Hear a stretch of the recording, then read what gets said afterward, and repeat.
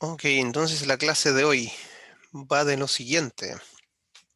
Va de la clasificación de las imágenes de satélite, ¿ya? Que podemos contar un poquito acerca de la introducción para el tema que vamos a revisar hoy día, ¿ya? Bueno, antes que entremos en materia más específica de este tema, ¿alguien ha realizado clasificaciones anteriormente de imágenes de satélite?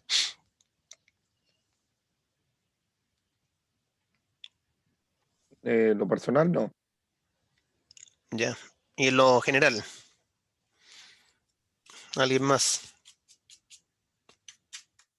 Creo que en el último trabajo que realicé en el ramo anterior en sí, si no me equivoco, en algo, me recuerdo que hicimos una clasificación que se separaba en distintos colores, pero la verdad no me acuerdo tanto.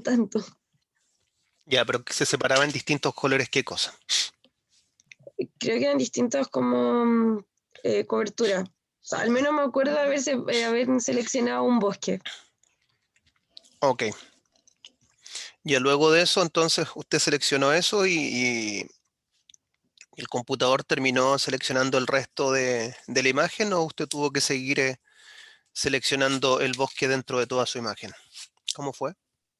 Me acuerdo que era como solo un sector. Igual no sé si hicimos el trabajo completamente bien, pero según lo que entendimos había que ir seleccionando, como clasificar una parte de la imagen. La verdad, profe, me acuerdo de eso. Ya, ¿y eso fue en qué módulo, perdón? En un trabajo de SIG, el último, me acuerdo, el último trabajo. Algo, por eso digo, me acuerdo solamente que hubo una clasificación. No sé si era exactamente así, pero recuerdo que había una clasificación de cobertura y había unos distintos colores. Ok, ya.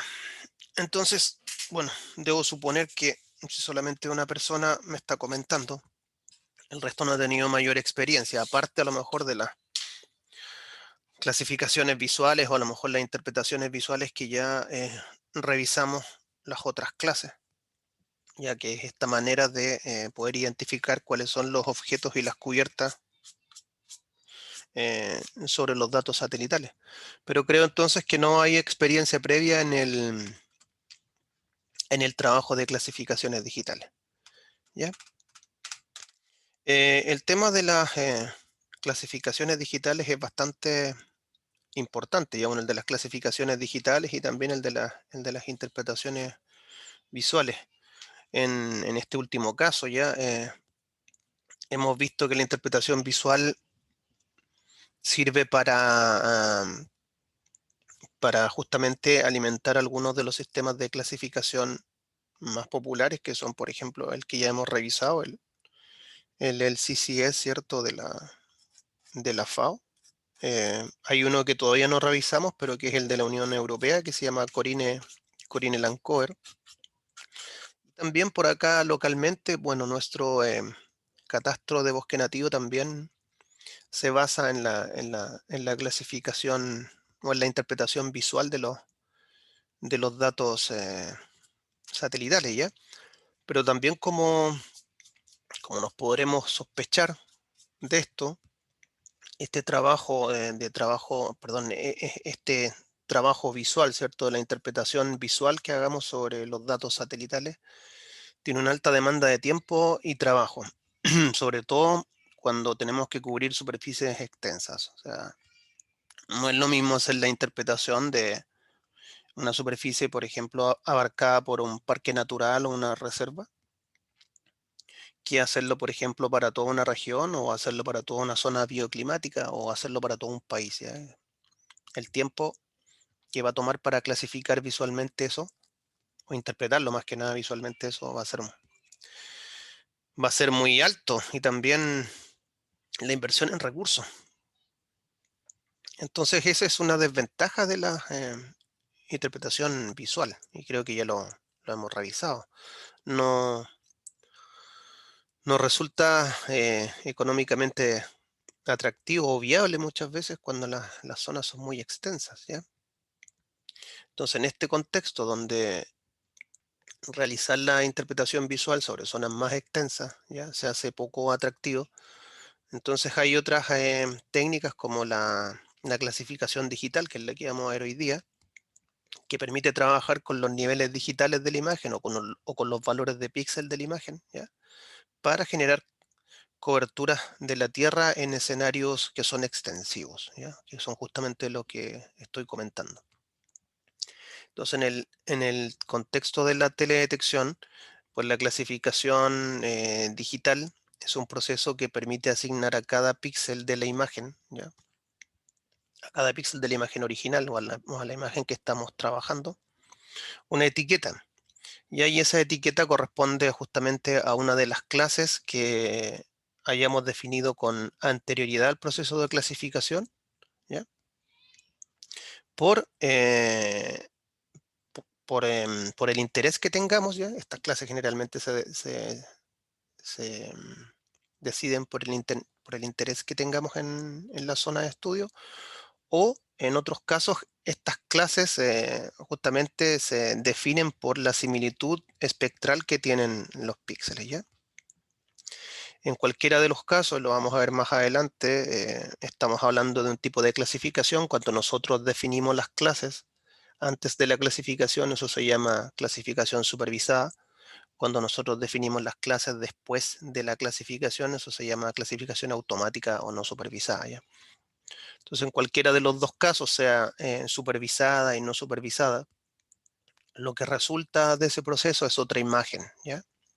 En las cuales los valores que tenían los píxeles de la imagen original quedan contenidas en otra imagen, ¿ya?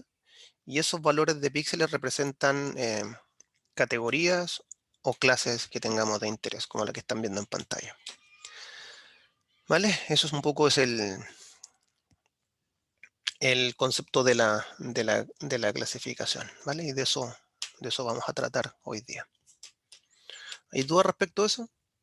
Profe, yo tengo una consulta sobre la imagen que justamente estamos viendo. Ujú. Cuando se refiere a suelo, ¿eso es suelo totalmente descubierto, sin ninguna vegetación? ¿O va a depender de quién esté realizando esta clasificación? Bueno, depende un poco mm, de los objetivos de nuestra clasificación y de las leyendas que estemos tomando como referencia, ¿ya? Entonces, bueno, ahí yo puse suelo, porque claro, lo que yo tenía en mente cuando estaba haciendo esta clasificación en el caso de este estudio que estaba haciendo, en el fondo a mí me interesaba solamente aislar dos clases, lo que está quemado y lo que está no quemado, ¿vale? Entonces, pero como no resultaba tan atractivo poner esa leyenda ahora en la clase, pues yo la separé en más clases, pero en el fondo lo que está ahí es suelo desprovisto de vegetación, ¿ya? O en el cual la fracción es importante, ¿ya? Eso sería, ¿no? Básicamente le falta suelo desnudo o le falta el adjetivo, ¿ya? Pero para otro caso, no sé, pues, es probable que usted lo encuentre más disgregado todavía, suelo desnudo o afloramientos rocosos, etcétera. Eso va a depender de los sistemas de clasificación que tengamos de referencia o del objetivo que tengamos en nuestra clasificación, ¿ya? Pero esas clases las definimos nosotros basándonos en nuestro interés o en algunas leyendas de sistemas de clasificación de referencia. ¿Ok?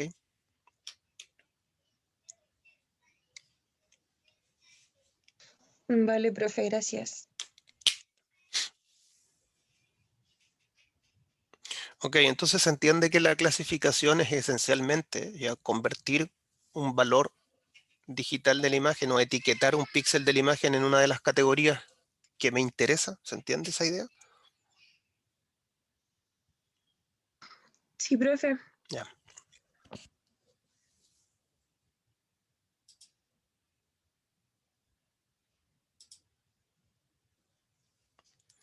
Bien, entonces en esta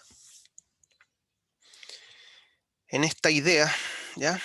De asignar una etiqueta a cada uno de los píxeles de la imagen, eh, ocurren a veces algunos problemas, y digo, bueno, a veces, y es generalmente recurrente, o casi siempre ocurren algunos problemas, ¿ya?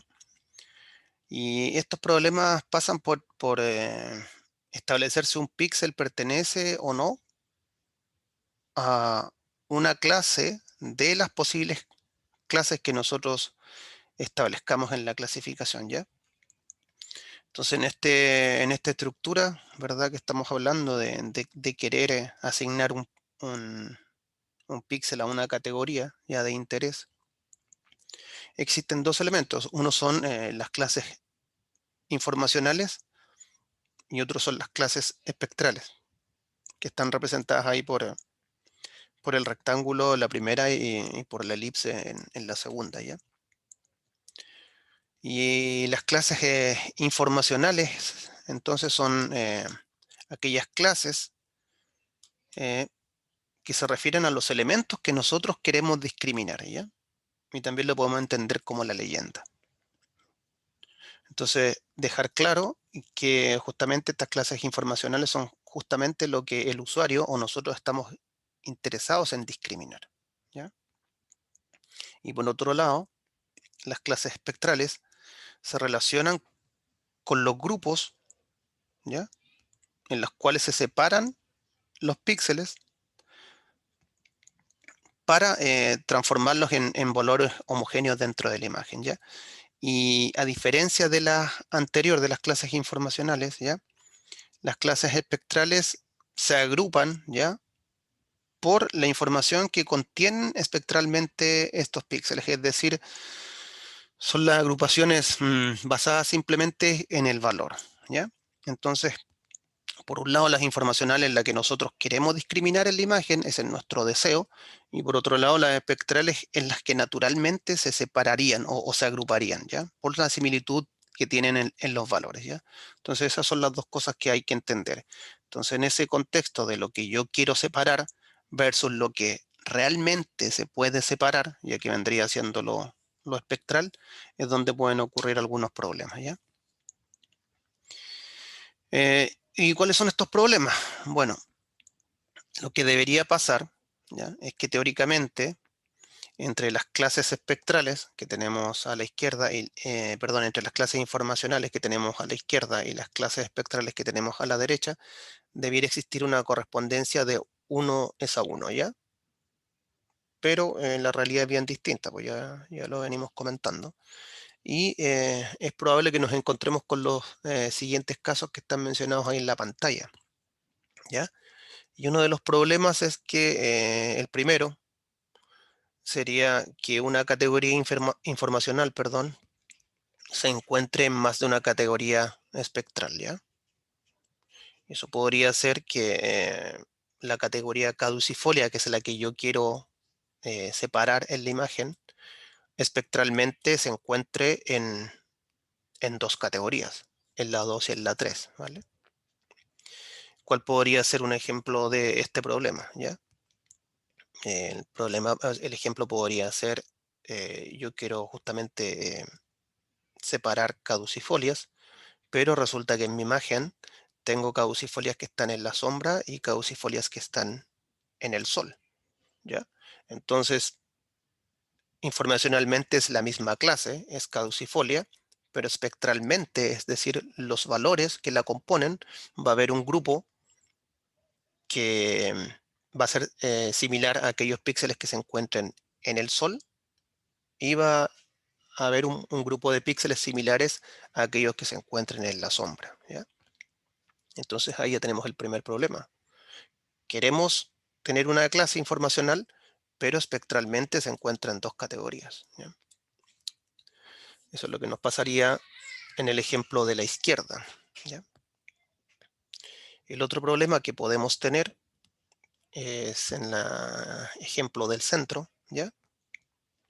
Es que dos o más categorías informacionales comparten una categoría espectral, ¿ya?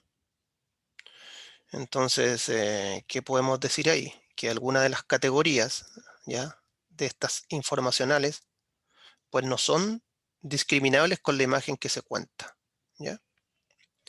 Y el ejemplo podría ser ahí, yo quiero discriminar lo que es vegetación de regadío o agricultura de regadío, ¿ya? Y que sería la clase espectral 2, pero las caducifolias tienen la misma clase espectral, ¿vale? ¿Cuál podría ser una solución de esto? Optar por una clave más general, ¿ya? Que por ejemplo que se llamara latifoliadas, ¿ya? Y que agrupara pues caducifolias y agricultura de regadío, ¿ya? Entonces eso podría ser una solución.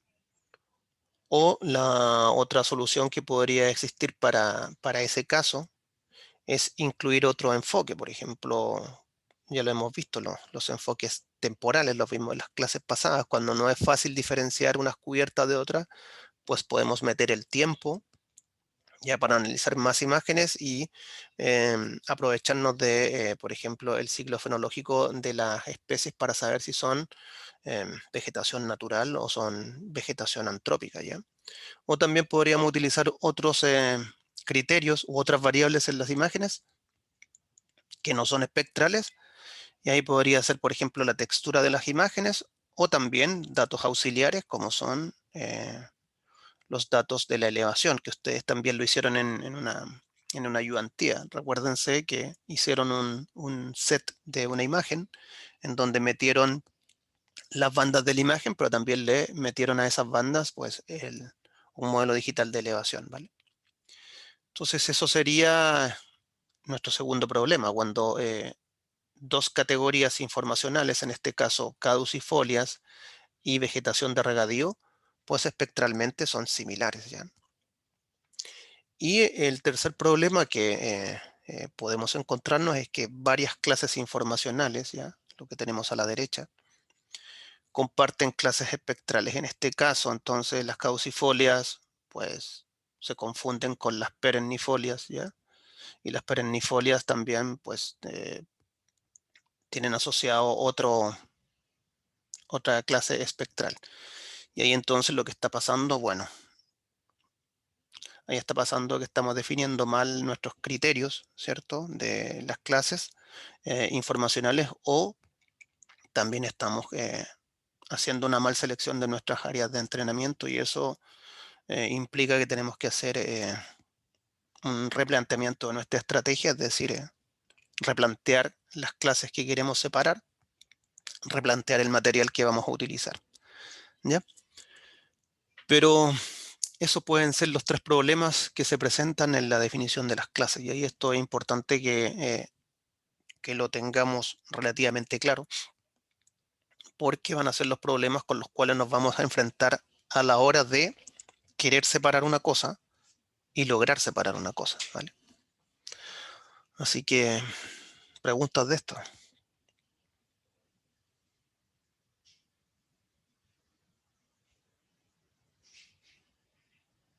¿Se entiende cuáles son los problemas de acá?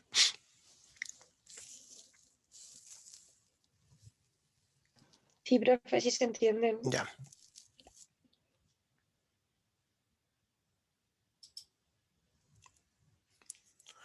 Ok. En caso de los problemas, entonces, que mencionamos atrás en la diapositiva, ya que vamos a presentar ciertas confusiones en las categorías, ¿cierto? Vamos a presentar que para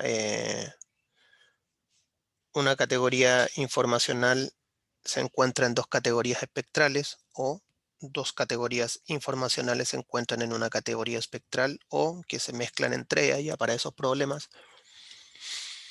Entonces lo que podemos hacer para solucionar esos problemas son las siguientes: incluir las variaciones de la categoría. Ya habíamos dicho que es probable que si queremos diferenciar una categoría que se llame bosque, pues vamos a tener píxeles en el sol y en la sombra que espectralmente van a ser distintos, ¿ya? Entonces podemos incluir variaciones en nuestra leyenda. Podemos poner, por ejemplo, bosque en sol y bosque en sombra. Esa sería una solución para ese problema, ¿cierto? Incluir variaciones en la categoría, ¿ya? Y eso implica modificar la leyenda, ¿ya? Y también esta modificación de la leyenda, pues se puede utilizar para el otro problema que teníamos, ¿ya? Cuando queríamos diferenciar las latifoliadas, pero nos dábamos cuenta que las latifoliadas se nos estaban confundiendo con los huertos, por ejemplo, con los huertos agrícolas. Perdón, perdón, el problema era un poco más específico. Queríamos diferenciar bosques caducos, ¿ya? Y se nos mezclaban con los huertos agrícolas, ¿cierto? Entonces teníamos el problema ahí de que al final vamos a tener una confusión entre los bosques caducos, ¿ya? Y los huertos agrícolas. Y lo que podríamos hacer ahí, dado que no se pueden separar espectralmente esas dos categorías, pues generar una categoría más amplia que los involucrara a ambos, y a esa categoría, por ejemplo, le podríamos llamar el latifoliadas, y eso implica una modificación de la leyenda. ¿Ya? Esa es la diferencia, perdón, me había confundido ahí. Em, las otras soluciones que podemos tratar de buscar cuando tenemos estos problemas es que si espectralmente ya la imagen no nos permite separar lo que nosotros queremos, ¿ya? Pues podemos acudir, perdón, a otros criterios que no son espectrales, ¿ya? Y ahí hay otras variables que no hemos revisado, pero que están dentro de lo que habíamos comentado en la interpretación visual, ¿ya? Podemos incluir otros criterios como son el contexto y además de la información espectral, que son la información de las bandas, podemos incluir información de textura de las cubiertas. Y para eso habría que construir variables de textura e incorporarlas como otras bandas a la imagen para estudiarla. También para mejorar nuestra clasificación, perdón, y evitar nuestras confusiones, lo que podemos incorporar es información auxiliar, eso ya lo dijimos, ¿ya? Y pasa por incluir, por ejemplo, a lo mejor dentro de las bandas de la imagen, incluir una banda con el modelo de elevación, ¿ya? Para que a partir de los datos espectrales más los datos de elevación, pues los algoritmos puedan separar mejor las categorías que nos interesan. Y finalmente, si la cosa se hace muy difícil, pues lo que habría que empezar a pensar es utilizar datos temporales, ¿cierto? Para aprovechar el ciclo fenológico de las cubiertas, y a partir de la variación ya en las estaciones de la señal satelital para la cubierta de interés, poder diferenciar pues las categorías que me interesan, ¿cierto? Eso ya también lo vimos en la clase pasada. Si hacemos un seguimiento, ¿cierto? Entre, digamos, el bosque caducifolio y algunos huertos agrícolas, ¿cierto? ¿No? Nos vamos a dar cuenta que puede que espectralmente las señales se parezcan mucho. Los dos son latifoliadas, ¿cierto? Van a tener una reflectancia similar, una textura similar, pero durante el año, ¿cierto? La fenología de las especies, tanto naturales como antrópicas, van a ser distintas. Entonces, esa variación temporal en la reflectancia me va a permitir al final decir, pues, esto es natural y lo otro es antrópico, ¿ya?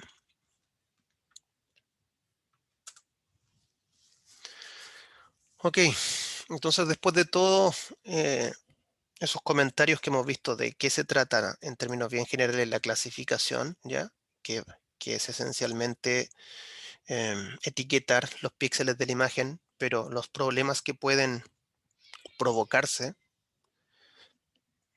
al intentar buscar esta, este objetivo y cómo los podemos abordar. Vamos a comentar ahora cuáles son las fases de esta clasificación, ¿ya?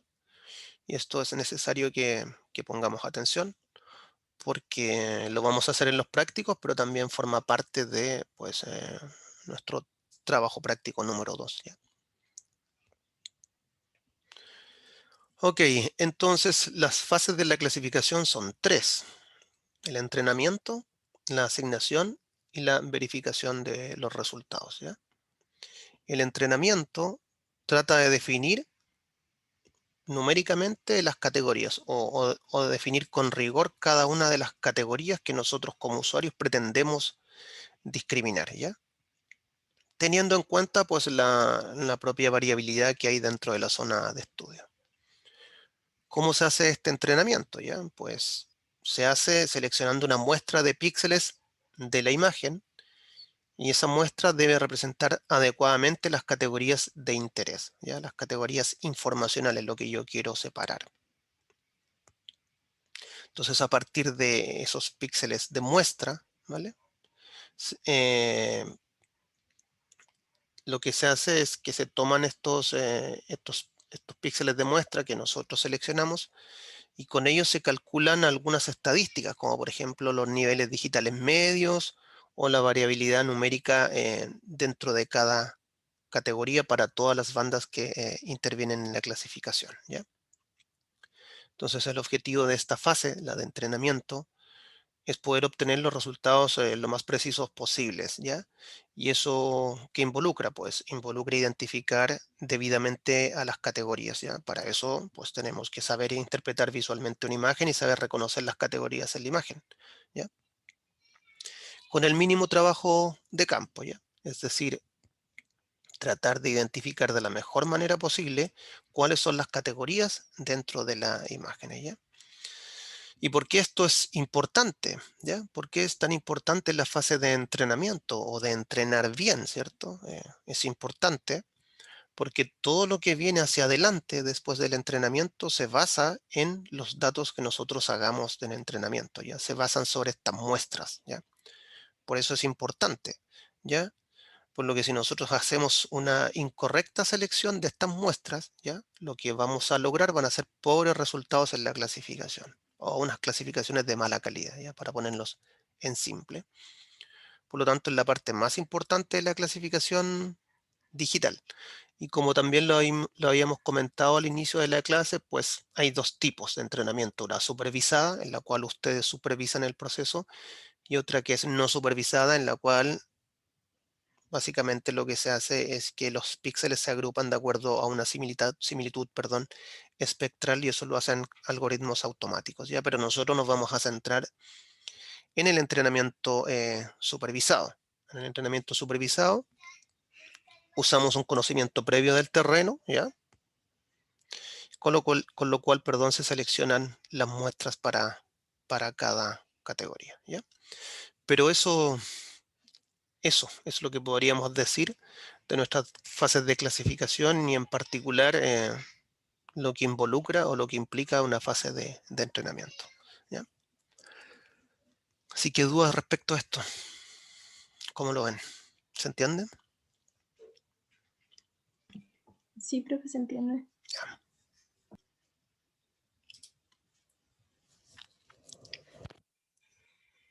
Bien, entonces en nuestra fase de entrenamiento, ¿ya? Debemos considerar los siguientes criterios para las leyendas que queremos diferenciar, que son nuestras clases que nos interesan. Debemos considerar el tipo de leyenda, usualmente son jerárquicas, vale decir que tengan niveles, ¿verdad? ¿Se acuerdan? Los niveles, ¿cierto? Hay dentro de los sistemas de clasificación, el CCS o el del CORINE o el del Servicio Geológico de los Estados Unidos, son todos sistemas jerárquicos que tienen niveles, ¿cierto? Y a menor nivel hay un mayor detalle de las cubiertas ya, pero a medida que vamos bajando en el nivel, también hay una menor precisión. Es decir, eso ya lo habíamos discutido en las clases pasadas, pero en el nivel 1 puede ser, por ejemplo, bosques, y en el nivel 4 puede ser, por ejemplo, tipos forestales, ¿ya? Entonces, en el nivel 1 vamos a tener siempre una mayor precisión que en el nivel 4. En el nivel 4 vamos a querer hilar más fino, perdón, pero como vamos a querer hilar más fino, es probable que tengamos menor precisión cuando verifiquemos la clasificación, ¿ya? Entonces, en nuestro entrenamiento debemos considerar qué tipo de leyenda estamos utilizando, ¿ya? Y ya dijimos, hay jerárquicas y no jerárquicas. Generalmente, cuando hacemos clasificación, pues utilizamos las leyendas de tipo jerárquica, ¿ya? También tenemos que considerar cuáles son las propiedades de esta leyenda, ¿ya? Y eso también lo hemos revisado en las clases de principios de las clasificaciones y es deseable que sean excluyentes, ¿cierto? O sea, un píxel no puede estar en más de una categoría, o es de una o es de la otra, ¿cierto? No sería adecuado que existieran píxeles en dos categorías, ¿ya? Deben ser mutuamente excluyentes, o es de una categoría o es de la otra. También las clases que definamos tienen que ser exhaustivas, ¿ya? Todas las cubiertas que aparecen en la imagen deben quedar registradas en alguna categoría de interés, ¿ya? ¿Vale? Eso era lo que o sea, eso era lo que hablábamos de la exhaustividad, ¿ya? Y evitar mezclar criterios, ¿ya? Y ajustarse a los datos disponibles. ¿A qué me refiero con la última parte?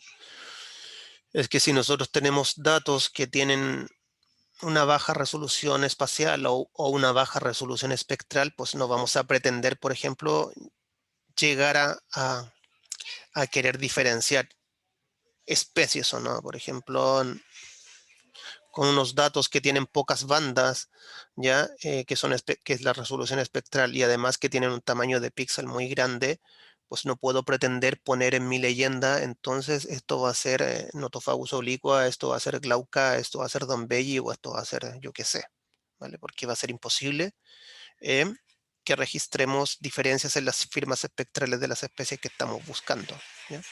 Con una pobre resolución espacial o espectral. Por lo tanto, tenemos que ajustarnos a los datos disponibles. ¿Ya? Los datos disponibles entonces nos van a guiar un poquito sobre el nivel de detalle de la leyenda que queremos producir.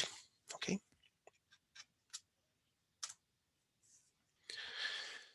Bien, entonces en esta fase de entrenamiento supervisado, el intérprete delimita sobre las imágenes áreas que son representativas de cada una de las categorías de interés o de las categorías que componen la leyenda, ¿ya? Y estas áreas, ya que el intérprete delimita sobre la imagen, se llaman áreas de entrenamiento, ¿ya? Pues, ¿por qué se llaman así? Porque estas áreas sirven para entrenar el programa de clasificación en el reconocimiento de las distintas categorías, ¿ya? Entonces, a partir de estas áreas de entrenamiento, se caracteriza cada una de las clases que nos interesan, ya para posteriormente asignar más tarde, ¿cierto?, el resto de todos los píxeles de la imagen a una de esas categorías, ¿ya? Y esa asignación generalmente es en función de la similitud que tienen, ¿ya?, los valores extraídos de las áreas de entrenamiento con el resto de los píxeles de la imagen. Entonces, por eso son tan importantes la definición de las áreas de entrenamiento, ¿ya? Porque, como lo indiqué, de la calidad de este entrenamiento, pues va a depender el resultado de mi clasificación. Si yo hago malas áreas de entrenamiento con criterios que no corresponden, ¿cierto? Pues lo que voy a generar es que el software pues clasifique mal, ¿cierto? Entonces cuando después yo tenga que verificar eso con los datos de terreno, pues lo que va a pasar es que mi clasificación no se va a parecer para nada a la realidad, ¿ya?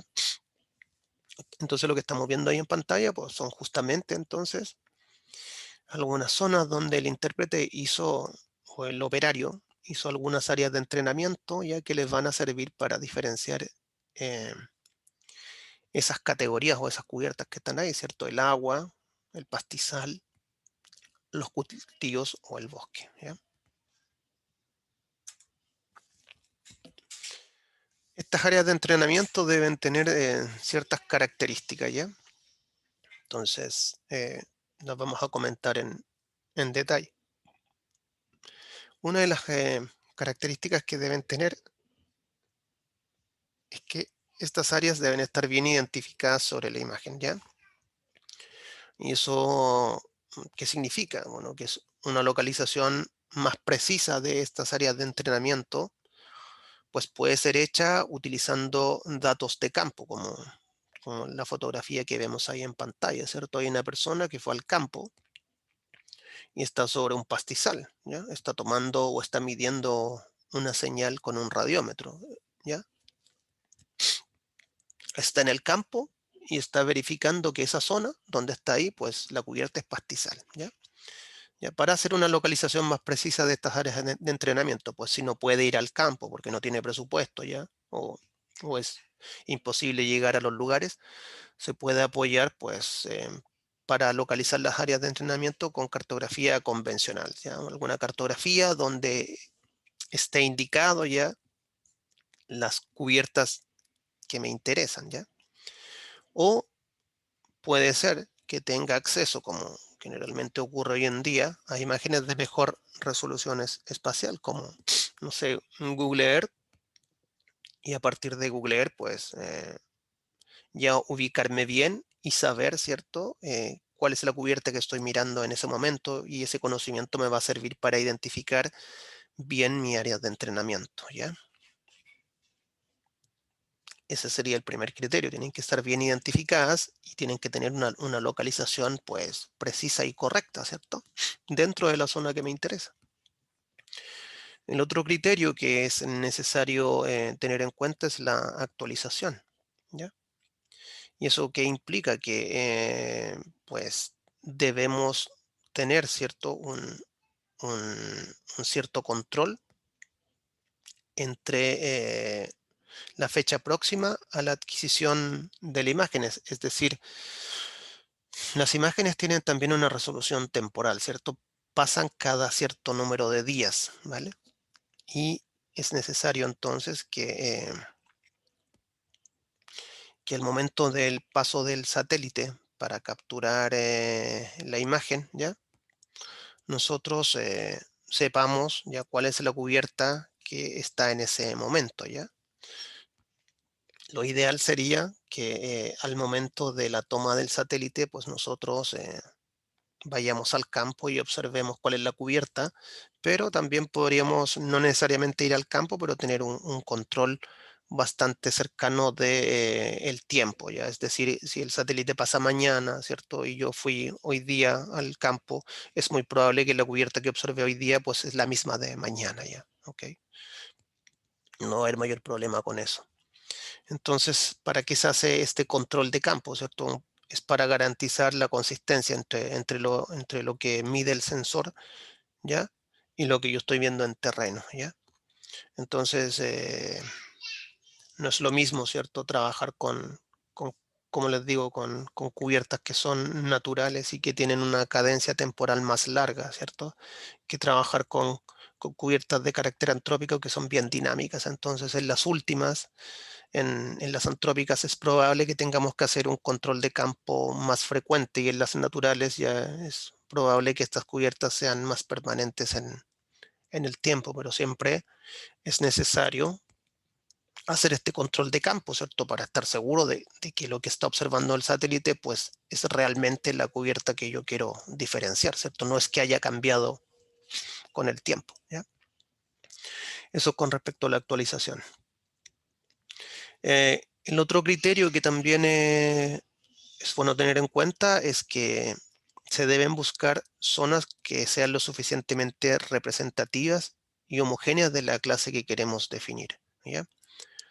¿Para qué es esto último? Esto es para evitar ruido de la escena, ¿ya? El ruido es básicamente la confusión que puede provocarse, y especialmente este ruido se puede dar en los bordes de las cubiertas, ¿cierto? Entonces ustedes siempre tienen que pensar que nosotros estamos trabajando con píxeles, ¿ya? Y los píxeles representan una superficie en la Tierra, ¿ya? Y esa superficie pues integra una señal, y esa señal pues es el resultado de todas las cubiertas que están en ese píxel. Entonces, en las zonas de borde, ¿ya? Si nosotros tenemos muchas zonas de bordes y también estamos trabajando con un píxel muy grande, es muy probable, ¿cierto?, que justamente en esos bordes, pues la señal no sea homogénea, ¿ya? Entonces tenemos que cuidar que donde nosotros pongamos áreas de entrenamiento sean representativas, pero también sean homogéneas. Tratar de evitar entonces esas áreas de borde, ¿ya? Pero ahí también tenemos otro problema. Si bien es cierto, eliminamos el ruido de la escena, cuando seleccionamos zonas que son muy homogéneas, ¿ya? ¿Ok?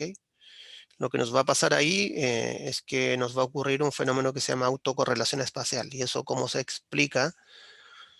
Se explica, perdón, eh, de la manera que los píxeles de esa zona pues se van a aparecer mucho, ¿ya? Entonces, en el fondo no estamos obteniendo mucha información de la cubierta, ¿ya?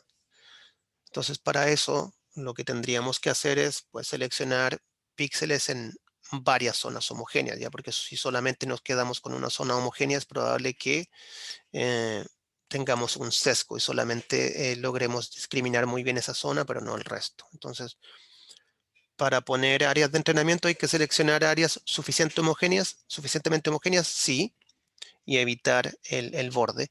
Pero también cuando son muy homogéneas, pues hay que buscar también la variabilidad en otras áreas dentro de la imagen, ¿vale? Porque si solamente nos quedamos con esa, pues todos los píxeles al final se van a aparecer mucho y el programa o el clasificador va a ser poco probable que reconozca estas áreas en otros lugares de la imagen, ¿ya?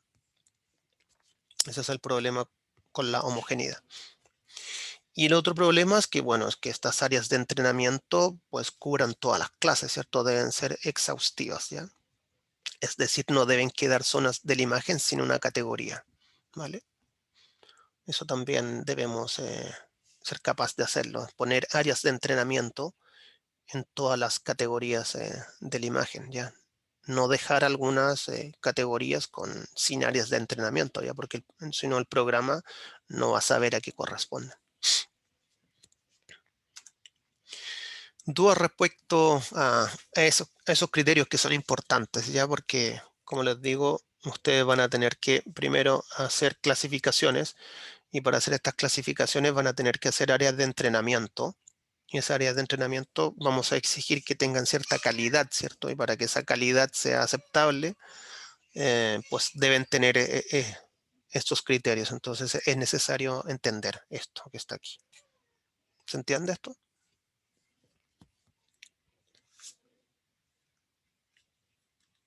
Sí, profe, sí se entiende. Ya. Entonces, cuando ya terminamos por seleccionar estas áreas de entrenamiento con todos los criterios que ya les he comentado, es necesario que calculemos algunas estadísticas de estas áreas de entrenamiento, ya porque estas estadísticas van a ser utilizadas posteriormente, ya. Entre las estadísticas más elementales que hay están, por ejemplo, las de tendencia central, ¿cierto? La media, el rango, la desviación estándar o la matriz de varianza covarianza, ¿cierto? Para cada uno, para el grupo de píxeles que seleccionemos como áreas de entrenamiento. ¿Ya? Entonces, este cálculo de estas estadísticas de entrenamiento se aplica a todas las bandas que van a intervenir en la clasificación, no solamente a una, sino que a todas. Por eso muchas veces utilizamos más de una banda en la clasificación, ¿ya? Entonces, en este punto, ¿ya? Para obtener estas estadísticas de entrenamiento tenemos que asumir ciertas cosas, ¿ya? Tenemos que asumir entonces que estas áreas de entrenamiento son representativos de las distintas categorías, ¿ya? Y que por lo tanto las medidas que obtengamos de estas áreas de entrenamiento van a definir convenientemente las clases. Esto es algo muy importante, ¿ya? Nosotros asumimos, ¿ya? Que con las muestras que obtengamos, pues vamos a ser capaz de caracterizar a toda la imagen, ¿ya? Entonces, ya lo hemos visto, pero conviene evitar áreas de entrenamiento que sean muy heterogéneas o también clases espectrales que estén presentes en la imagen, pero que no se hayan identificado en ninguna clase de entrenamiento, ¿ya? Que es necesario también. Es necesario indicar que estas áreas de entrenamiento, ¿cierto? Es un tipo de muestreo espacial y como es un tipo de muestreo espacial, entonces pues hay que tener en cuenta dos aspectos. Uno, el tamaño de las muestras y otro es la distribución de las muestras, ¿ya? Entonces, respecto al tamaño, se recomienda que nosotros seleccionemos un número de píxeles que vaya entre 50 y 100, ¿ya? Por categoría, ¿ya? 50 a 100 píxeles por categoría y esos 50 y 100 píxeles por categoría se tienen que multiplicar por un factor, ¿ya? Un factor que se llama F o M. Y ese factor llamado F o M viene a representar el número de bandas que integran el análisis. Por lo tanto, si yo tengo 6 bandas en mi análisis, ¿ya? yo podría ir desde los 300 a los 600 píxeles de entrenamiento por categoría, ¿ya? Entonces eso es un elemento necesario de considerar, el tamaño de muestras, ¿ya? Como estamos hablando justamente de clasificaciones basadas en valores, pues necesitamos entonces un número representativo de muestras, un número representativo de píxeles, ¿ya? Que puede ir entre 50 y 100 por el número de bandas que utilicemos, ¿ya? En nuestra clasificación. Entonces eso es con respecto a los números, y con respecto a la distribución, pues nos conviene tener en cuenta entonces las características de la imagen, ¿ya? ¿Y eso qué indica? Bueno, que vamos a intentar abarcar las variaciones espaciales de cada categoría, ¿ya? Por ejemplo, a ver, si tengo en mente categorías naturales, pues voy a tener distintas orientaciones, ¿cierto? Si tengo en mente diferenciar, por ejemplo, cubiertas de bosque, van a haber algunas que van a estar orientadas hacia el norte, hacia el sur. Hay algunas que van a estar en pendiente plana, otras en pendiente más inclinada, ¿cierto? Van a haber coberturas con una mayor o menor densidad, ya la vegetación va a tener más o menos contenido de humedad, mayor o menor vigor, etcétera, ¿ya? Entonces eso es respecto a la distribución, ¿ya? Y lo podemos ver un poco aquí en la pantalla para diferenciarlo. Lo que se ve en polígonos de color blanco, ¿cierto? Más brillante, pues son nuestras áreas de entrenamiento distribuidas sobre esta imagen, ¿ya? Y particularmente aquí vamos a comentar, pues, aquellas áreas de entrenamiento que se encuentran dentro de los cuerpos de agua. Y eso es lo que estábamos hablando, ¿no? ¿Ya? Respecto primero al número, ¿ya? El número de píxeles que hay aquí, aquí, aquí, ¿ya? Que son zonas de entrenamiento, cuerpos de agua, ya deben cumplir con la regla de que deben ser entre 50 y 100 por el número de bandas que estamos utilizando en la clasificación, ¿ya? ¿Vale?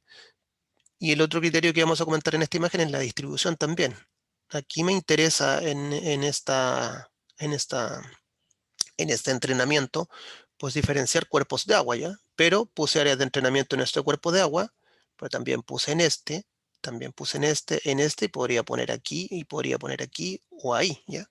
¿Por qué? Porque si solamente pongo píxeles de entrenamiento aquí, es probable que espectralmente este cuerpo de agua sea un poco diferente de este y de este. Entonces, cuando haga la clasificación, solamente esta zona de la imagen la va a identificar como cuerpo de agua y a lo mejor esta no y esta no, ¿vale? Y eso tiene que ver un poco con la distribución. Tenemos que tener en cuenta entonces cuáles son las características de la imagen y cuáles son las variaciones espaciales de la categoría. Otro ejemplo puede ser, no sé, digamos, estamos diferenciando cubiertas agrícolas, ¿ya? Que están aquí, en esta mancha que es más clara, y yo pongo áreas de entrenamiento ahí. Pero aquí también hay cubiertas agrícolas, por lo tanto también debería poner áreas de entrenamiento, ¿ya? Y aquí también hay cubiertas agrícolas y aquí también. Si solo pongo áreas de entrenamiento aquí, pues no voy a tener, ¿cierto?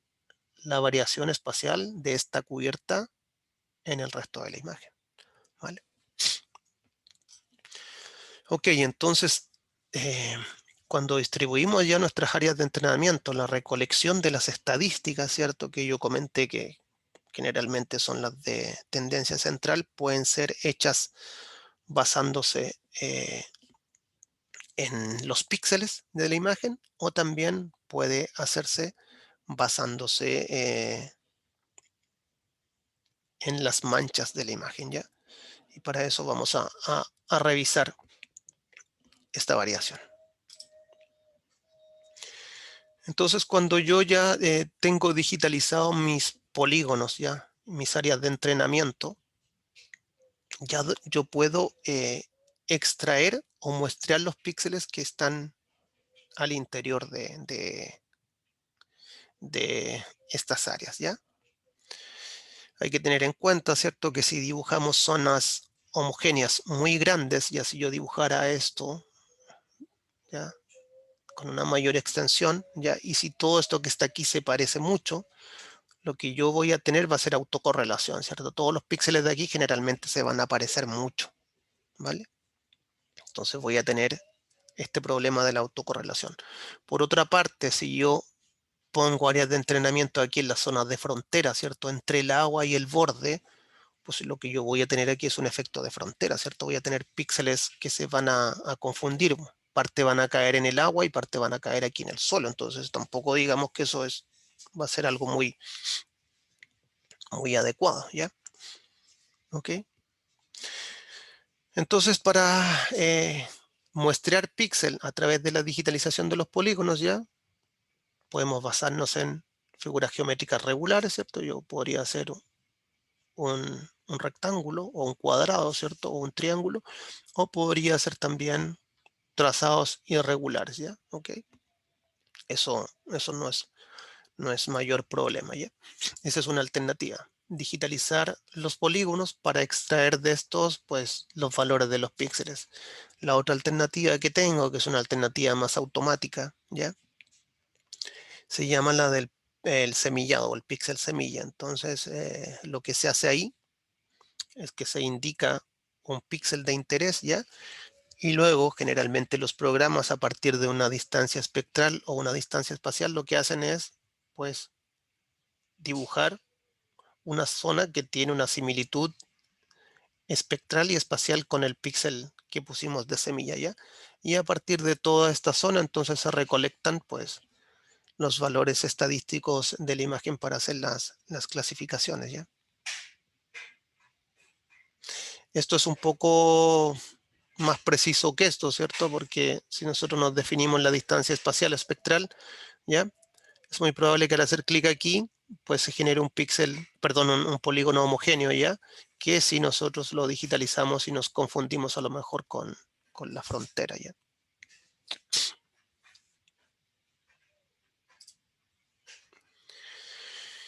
Y acá, entonces, bueno, un poco más en detalle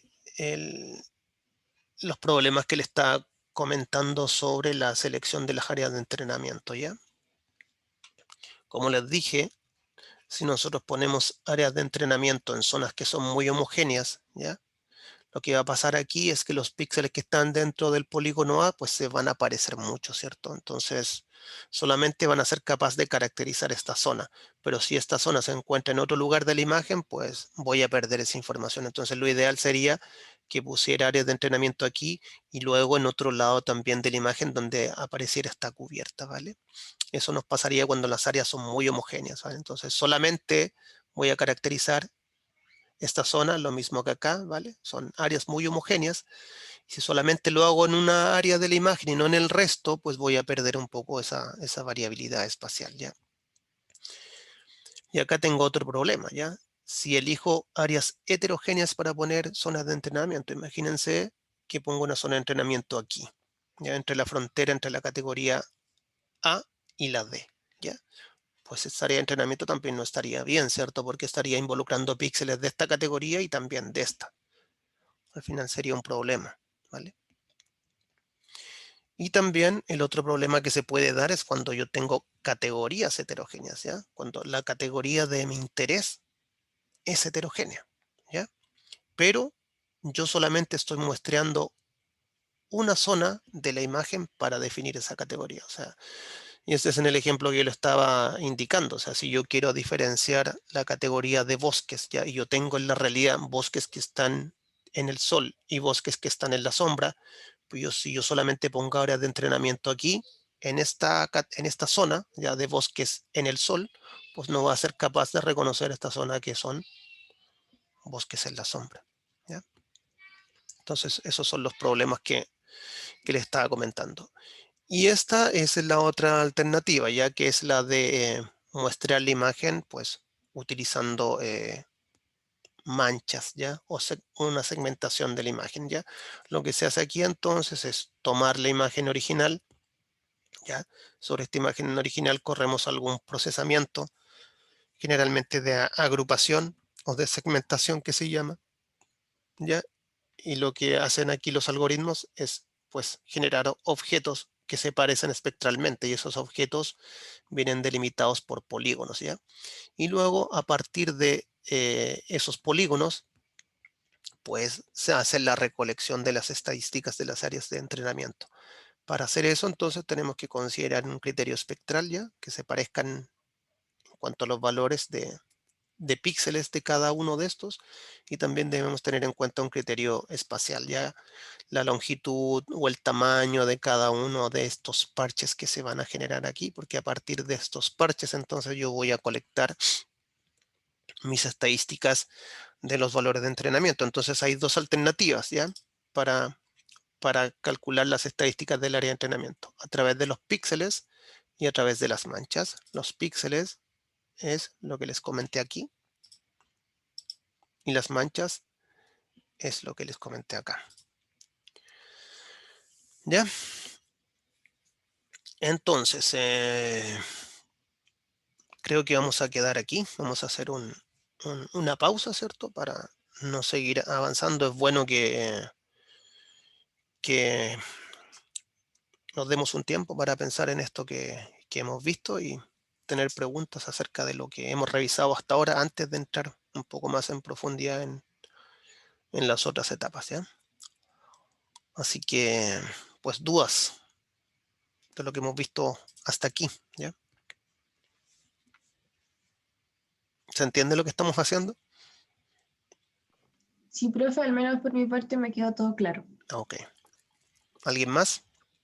Me queda claro, Ya. para mí también. Sí, Entonces, profe, todo bien. vamos a darnos unos 10 minutos y volvemos, ¿ya?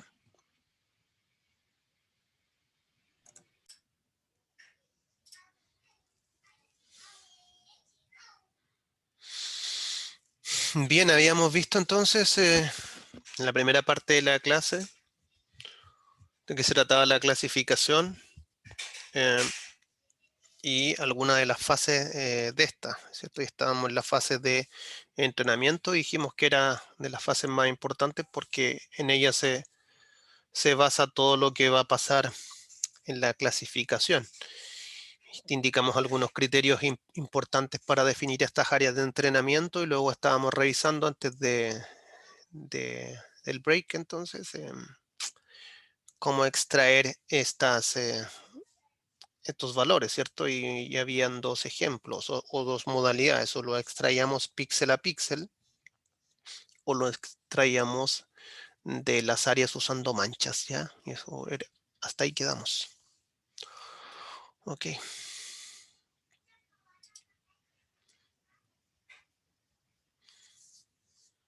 Entonces, las estadísticas que nosotros extraemos de las áreas de entrenamiento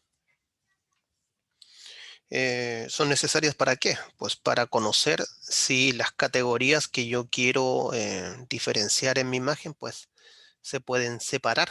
¿Ya? Eso es importante. Tenemos que evaluar entonces si es viable que estas categorías puedan separarse sin tener grandes errores, ¿ya? Entonces, para eso, entonces, analizamos estas estadísticas, ¿ya? Y a partir de este análisis, si comprobamos que dos o más categorías son muy similares, ¿ya?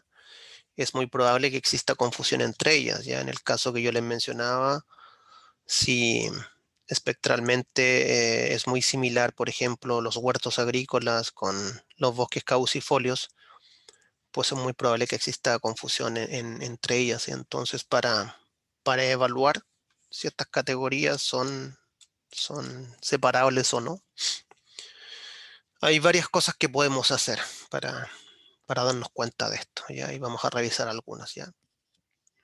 Entre ellas podemos confirmar que las estadísticas de entrenamiento han sido bien calculadas, ¿ya? Eso es importante. Estar seguro de que lo que estamos obteniendo como nuestros valores de entrenamiento pues han sido bien calculadas, que no hay errores en eso. Pues si tenemos problemas, ¿cierto?, de confusión entre las categorías, a lo mejor va a ser hora de adoptar una leyenda más general, ¿ya? Y en esa leyenda más general se puede ofrecer una mezcla de categorías, ya sobre todo estas categorías que presentan confusiones y el caso más común, ¿cierto? Que se presenta, no sé, en lo que yo les mencionaba, los huertos agrícolas que son de hoja ancha con las caducifolias, ¿cierto? Que también tienen hoja ancha. Entonces podríamos meter en una categoría más general algo que se llame latifoliada, ¿cierto? ¿Ya? Sería más amplia la categoría, pero evitaría entonces tener confusiones, ¿ya? O recoger información adicional de otras fechas, ¿cierto? Para trabajar con el ciclo fenológico de las especies. Y entonces para comprobar si tenemos alguno de estos problemas que yo les mencionaba ya y para poder abordar la solución de estos problemas, podemos considerar distintos métodos que nos van a dar señales de que lo que estamos haciendo está bien o está mal, ¿cierto? Y para eso, pues existen los gráficos de centralidad y dispersión, los gráficos de firmas espectrales con valores promedios, o los gráficos de separabilidad. Y además de los gráficos, también hay algunas medidas que son cuantitativas, ¿cierto? Y entre esas están la distancia normalizada, la divergencia y la divergencia transformada, que van a ser métricas que vamos a pasar a revisar ahora.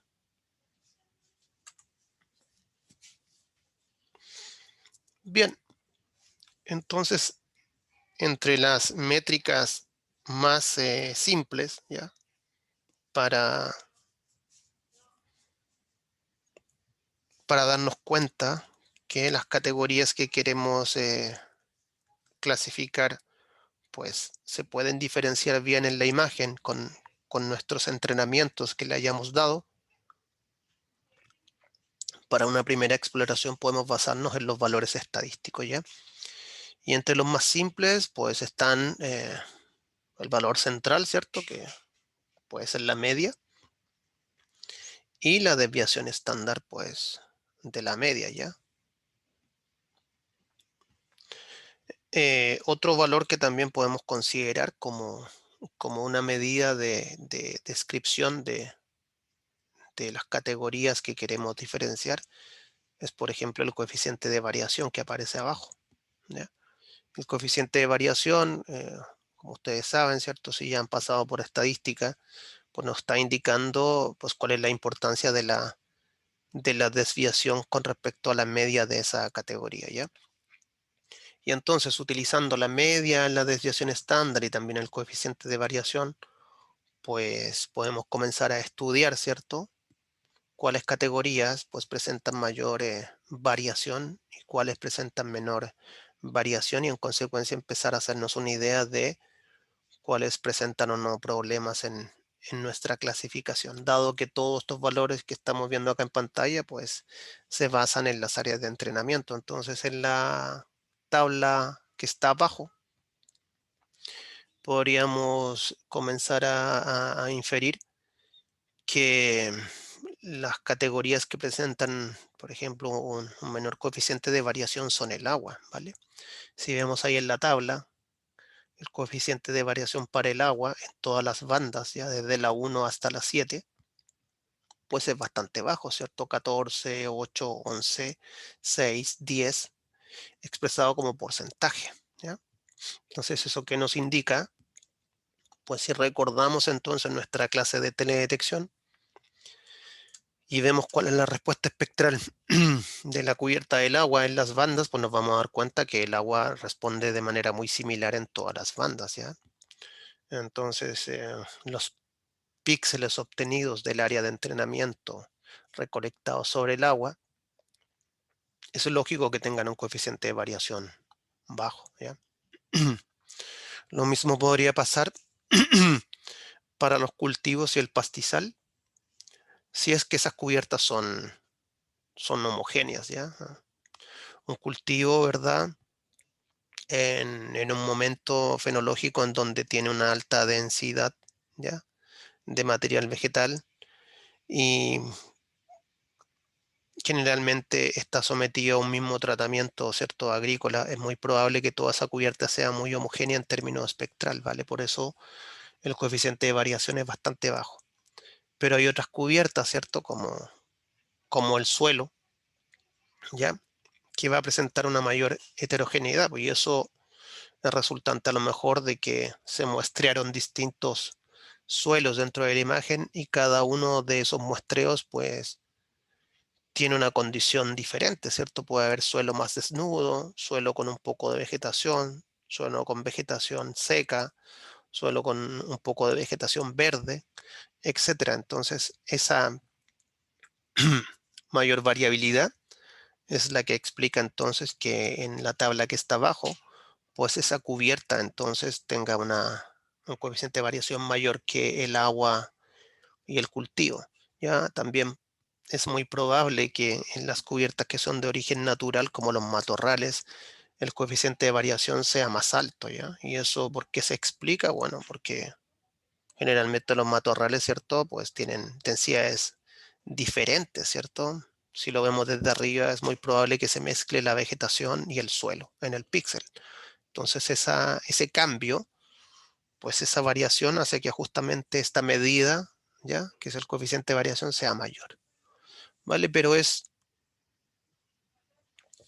un indicador para comenzar a darnos cuenta de si nuestras áreas de entrenamiento, ¿cierto? Están presentando categorías más homogéneas o están representando categorías más heterogéneas, ¿ya? Otra herramienta que podemos utilizar para ver eh, la separabilidad de nuestras cubiertas basadas en las áreas de entrenamiento, pues son los gráficos de las firmas espectrales, ¿ya? En el eje X se encuentran las bandas que participan en el análisis, mientras que en el eje Y se encuentran los valores promedios de cada categoría, ¿ya? Entonces este gráfico nos va a proporcionar una primera imagen de las tendencias dentro de cada categoría, ¿ya? ¿Ya? Las líneas paralelas que están próximas, pues nos van a indicar, por ejemplo, posibles confusiones entre las categorías, ¿ya? Y las líneas ya que se separan, pues justamente nos estarán indicando ya en qué bandas pues las categorías se hacen más separables, ¿vale? Entonces este gráfico también es importante para darnos cuenta, ¿ya? Que si las categorías presentan líneas paralelas y están muy juntas, pues lo que podemos darnos cuenta es que entonces estas categorías se van a mezclar en estas bandas. Pero cuando hay una separación entre ellas, pues lo que estamos viendo aquí es que en esta banda entonces sería mucho más fácil diferenciar esta categoría de esta o de esta y esta de esta. ¿Vale? ¿Vale? Entonces, ¿qué podemos observar aquí? Que el agua, ¿ya? Indicado por este símbolo, ¿cierto? Y apareciendo en la línea de abajo, pues ofrece un comportamiento bastante peculiar en todas las bandas, ¿cierto? Los valores son bastante bajos, ¿ya? Y acá, ¿vale? En la banda del 3, 4 y 5, ¿cierto? Podemos darnos cuenta que hay una separación muy importante, ¿cierto? Entre el agua, ¿ya? Y el resto de las cubiertas, ¿ya? Así también hay algunas cubiertas que va a ser más fácil diferenciarlas en esta banda que en estas de acá, ¿ya? En la 1, en la 2 y en la 3, ¿cierto? Hay muchas cubiertas que espectralmente se van a parecer mucho, pero acá, en la banda 4, que en este caso es la banda del infrarrojo cercano, pues por ejemplo, el cultivo va a tener una reflectancia pues más alta que el pinar encinar, ¿ya? Y también va a tener una reflectancia pues más alta que el agua, evidente. Estas otras bandas que están acá, que tienen que ver con el contenido de humedad de la vegetación, pues también nos van a evidenciar algunas diferencias, ¿cierto? El suelo va a aparecer con una reflectancia mucho más alta acá, porque probablemente no tiene humedad, ¿ya? Y los cultivos agrícolas pues, van a aparecer con una reflectancia mucho más baja, porque probablemente, ¿ya? Esta vegetación sí tiene agua, y esa agua es la responsable de esta absorción, ¿ya? Entonces este gráfico que se genera con los valores promedios de las áreas de entrenamiento, pues nos sirve entonces para dar una primera aproximación de cómo están nuestras categorías, ¿ya? Acá vamos a tener problemas, ¿cierto? Van a confundirse estas categorías, ¿verdad? pero acá van a haber bandas en el cual la discriminación va a ser un poco mejor, ¿vale? ¿Se entiende este gráfico, no?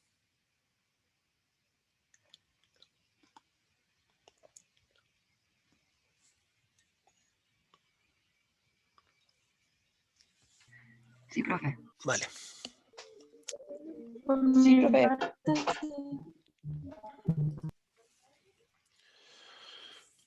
Entonces la gráfica que vimos anteriormente es útil, ¿ya? Pero solo nos da cuenta del comportamiento promedio, ¿ya? No toma en cuenta la variación o la varianza de los datos, ya solamente trabaja con la media. Entonces este gráfico que tenemos acá, que es el de separabilidad espectral, nos va a permitir entonces evidenciar la variación propia de cada categoría, que viene siendo como la principal responsable de las confusiones que podamos tener entre las categorías vecinas. Entonces vamos a comentar un poquito la interpretación de estos gráficos, ¿ya? Y ver cómo a partir de la interpretación de estos gráficos podemos comenzar a darnos cuenta en cuáles categorías vamos a tener problemas, ¿ya? O cuáles se separan mejor. Entonces, ¿qué es lo que podemos decir de este gráfico? Bueno, que hay ciertas cubiertas como el agua, ¿vale? Esa es la banda 1, la banda 4 y la banda 5, ¿ya? Hay ciertas categorías como el agua, ¿cierto? Que muestran rangos similares en la banda 1. Entonces el agua y el cultivo, pues, están más o menos en los mismos valores de reflectancia, ¿no? ¿Ya? Están parecidos. Pero luego, en la banda 4, ¿ya? Pues el agua se separa, ¿ya? Largamente del resto. Aquí tenemos ya esta barra del agua, que es bastante pequeñita, y si las comparamos con las otras cubiertas, pues hay una diferencia importante, ¿ya? Y acá también, pues en la banda 5, ¿ya? Por otra parte, ¿ya? Hay otras cubiertas, por ejemplo, el matorral, que manifiestan similitud con todas las otras cubiertas en la mayoría de las bandas, ¿cierto? Entonces vemos aquí matorral en la banda 1, vemos que podría confundirse con lo que es pastizal, ¿vale? Están en el mismo valor de reflectancia, y también podría confundirse con lo que es cultivo, ¿ya? El matorral también en la banda 4 pues va a presentar confusiones con el pinar y encinar, y de acuerdo a los valores también acá con el suelo urbano. Y en la banda 5 pues la variación del matorral es mucho mayor, y al tener una variación mayor, ¿cierto? Ya me está provocando confusiones con el pastizal, también con el urbano, con algo de suelo y con algo de cultivo, ¿vale? Entonces, esta gráfica ya me sirve entonces para evidenciar cuáles podrían ser las confusiones de las categorías que yo quiero clasificar y cuál es su comportamiento en las distintas bandas. Y generalmente se grafican a partir de la media de los valores, ¿ya? Y la desviación estándar viene dada un poco justamente por la altura de esta barra.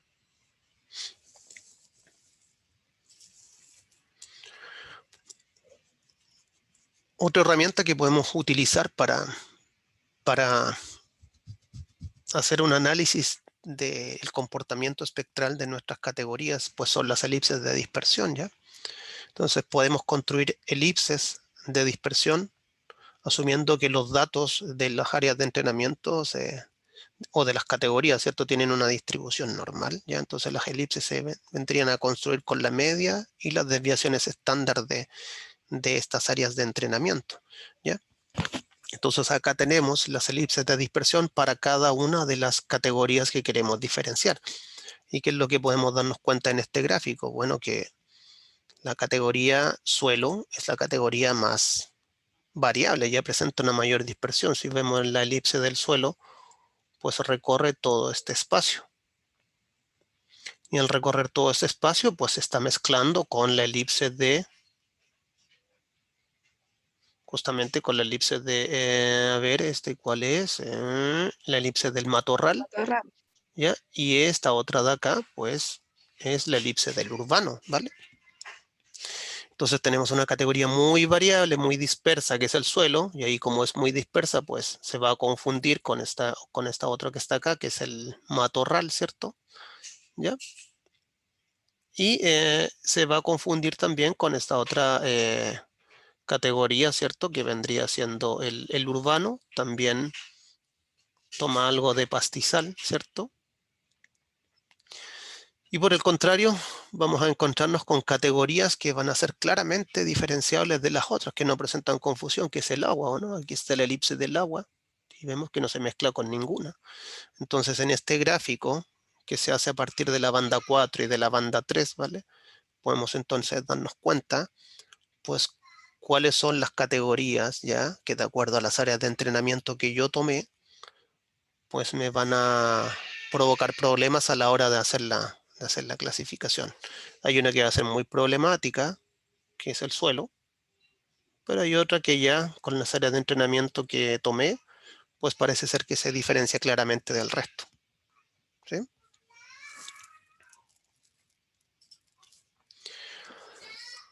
Esos son algunas herramientas gráficas, ¿ya? Hay otras herramientas de índole ya cuantitativa o estadística que nos permiten justamente evaluar la separabilidad de las categorías, ¿ya?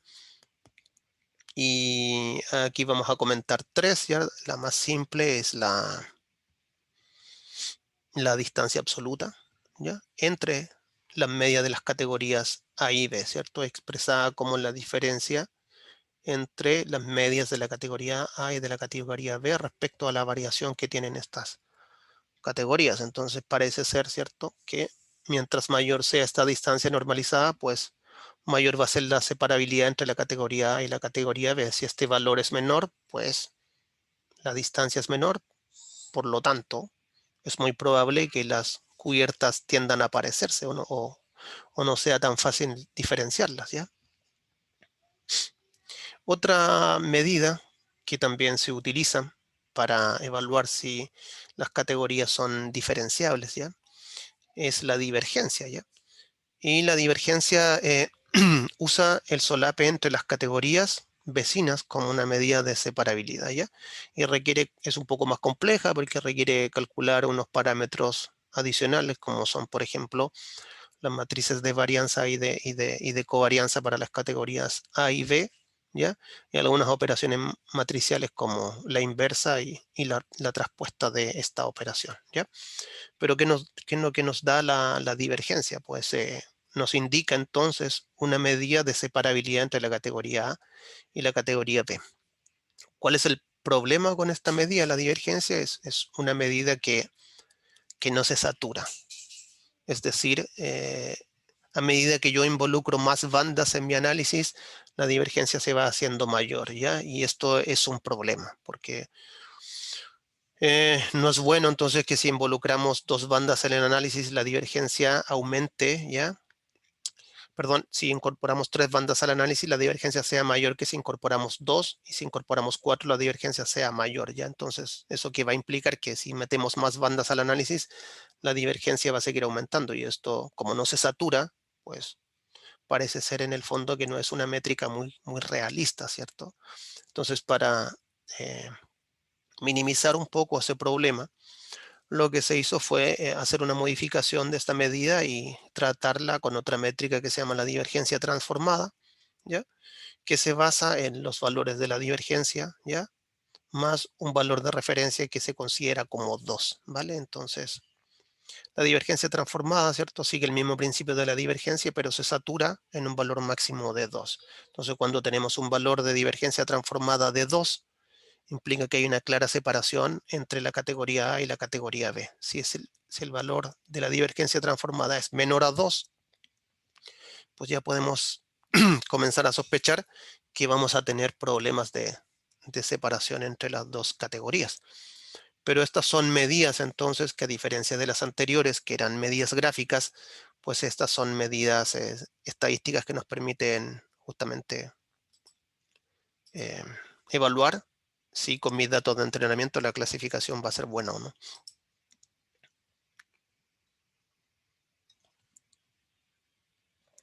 Acá tenemos un ejemplo para el uso de la divergencia transformada en 6 categorías, ¿cierto? ¿Y qué es lo que podemos extraer de esta tabla? Ya que, pues como lo indicamos, la categoría que es más separable del resto es el agua, ¿cierto? Si vemos los valores de la divergencia transformada son todos 2, es decir, ha alcanzado el máximo, es decir, el agua se separa bien del urbano, se separa bien del pastizal, se separa bien del matorral y se separa bien de los pinares, ¿ya? Pero hay otras categorías, como el suelo, ¿cierto?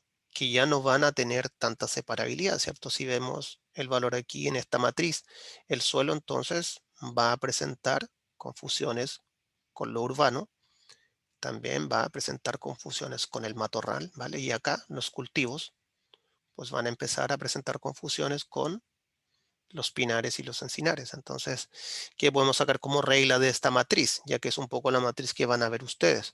Pues todos aquellos, ya, categorías que presenten valores de divergencia transformada menores a 2, ya, menores a 1.99, 1.998, me va a indicar que con las áreas de entrenamiento que recolecté, pues ya voy a empezar a tener problemas de confusión. Entonces eso implica entonces hacer una revisión de mis áreas de entrenamiento y ver si realmente las escogí de acuerdo a los criterios que ya hemos comentado. ¿Y todo esto para qué? Bueno, porque tenemos que evaluar cuáles son las clases que son más problemáticas y si logramos identificar estas clases que son más problemáticas, podemos revisar el proceso de entrenamiento por un lado, ¿cierto? Y distribuir las áreas en otras zonas, ¿ya? Que no provoquen esos problemas. O también revisar que las bandas seleccionadas para el análisis son lo mejor o no. No lo vamos a ver aquí en la clase, pero estas medidas, como por ejemplo la divergencia transformada, también se puede utilizar como un indicador para saber cuáles bandas son las que realmente debo meter al análisis. Ya de todas las bandas que tiene un satélite, no necesariamente tenemos que meterlas todas a la clasificación. Puede que existan algunas bandas que no aporten nada y esas bandas habría que sacarlas. Entonces la divergencia transformada, ya, puede utilizarse también como un indicador para decirme cuáles bandas son las que generan el mayor poder discriminante en el análisis, ¿vale? No lo vemos acá, pero lo comento. Así que eso, ¿ya? Para eso nos sirven estas medidas, ya tanto gráficas como estadísticas, para poder diferenciar dónde van a estar los problemas y poder corregir esos problemas antes de realizar el proceso de la clasificación, ¿ya? Y creo que aquí vamos a hacer una pausa entonces para preguntar si se entiende lo que hemos estado revisando antes de pasar a la asignación, ¿ya?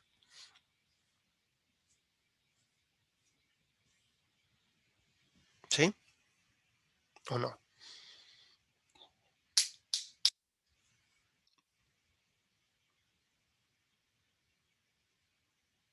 ¿Aló?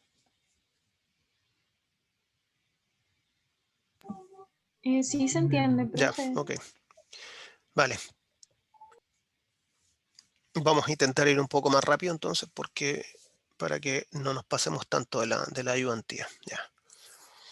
Bien, entonces una vez que ya hemos definido nuestras áreas de entrenamiento y ya a través del análisis gráfico y a través del análisis estadístico nos estamos dando cuenta de que las cosas al parecer funcionan bien, por lo que corresponde ahora entonces es ver cuáles son los criterios de asignación que vamos a utilizar o cuáles van a ser los clasificadores. ¿Ya? Los clasificadores pues, son aquellos algoritmos que al final me permiten etiquetar los píxeles de la imagen. ¿Ya?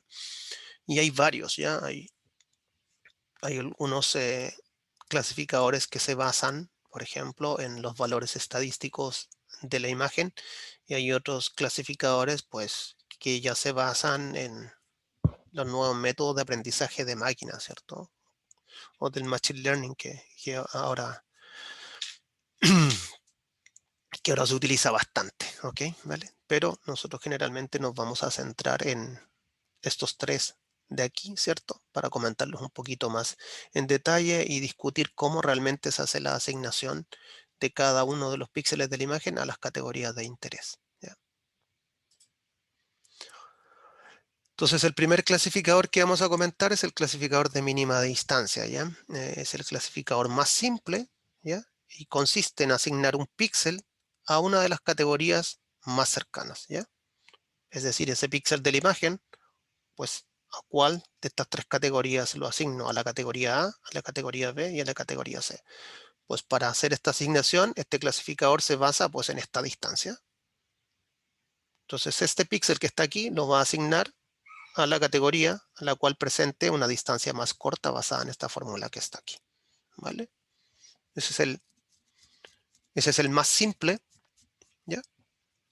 Y es justamente, pues, de uno de los que ustedes van a encontrar en los programas que utilicen, ya QGIS, ArcGIS u otro, cuando quieran clasificar una imagen y les pregunten por cuál va a ser el algoritmo de clasificación, es muy probable que el de mínima distancia les aparezca, ¿ya? Entonces, este clasificador justamente se basa en este vector o esta distancia con el centro de la clase, ¿vale? Y va a asignar este píxel a aquella categoría que presente una distancia menor de acuerdo a esta fórmula que está aquí, ¿vale? Entonces, en esta imagen estamos viendo una clasificación basada en dos bandas. Si yo trabajara con la banda del infrarrojo y con la banda del rojo, pues esta sería un poco la situación. Si yo trabajara con tres bandas, ¿va? En este caso indicado por el subíndice M, ¿ya? Por ejemplo, si esta fuera la banda del rojo, la banda del infrarrojo y la banda del verde, pues ya la distancia no sería una distancia en 2D, sino que sería una distancia en 3D, expresada por este vector que está aquí. Entonces lo que estamos haciendo aquí con este clasificador es este píxel 2, pues calcular la distancia a este centro de clase, ¿vale? Y nos quedaríamos entonces con el píxel P2 asignado a esta categoría, si este vector fuera, ¿ya?, el más corto, si lo comparáramos con otros vectores que estuvieran en otro lado, ¿vale? Entonces, aquí está el clasificador de mínima distancia para una situación con tres bandas, y aquí está el clasificador de mínima distancia para una situación con dos bandas, pero en ambos casos, ¿ya?, para asignar este píxel a una categoría P1 o a otra que esté por acá o a otra que esté por allá, pues se va a basar entonces en la distancia euclidiana, en este caso, pues tridimensional, ¿cierto? Con este espacio conformado por la banda 1, 2 y 3, ¿ok?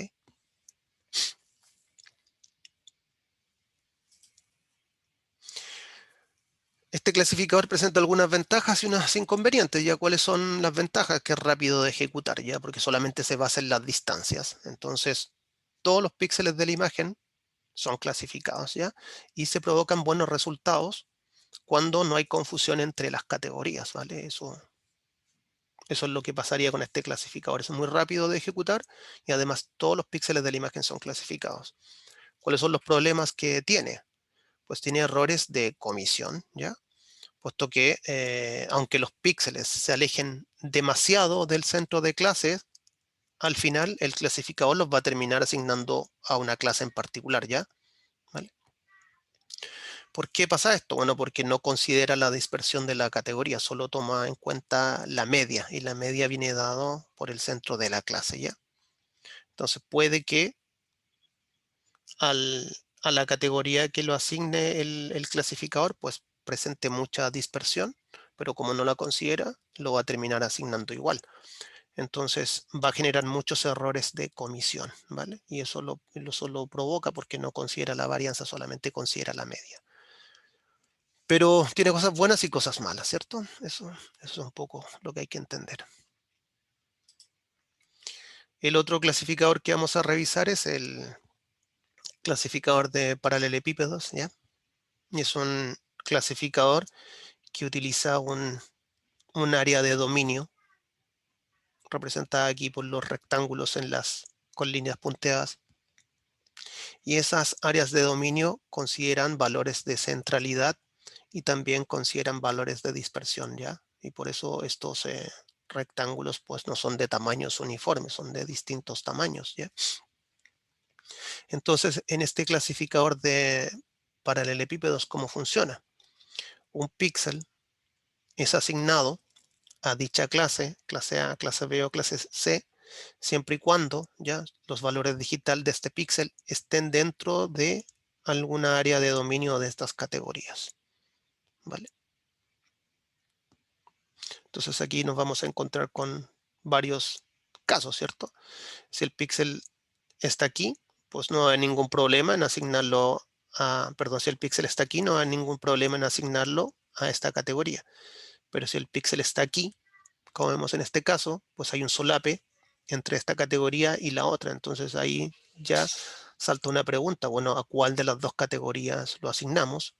O si el píxel está aquí y no entra en ninguna área de dominio de las categorías, pues ¿a dónde se asigna ya?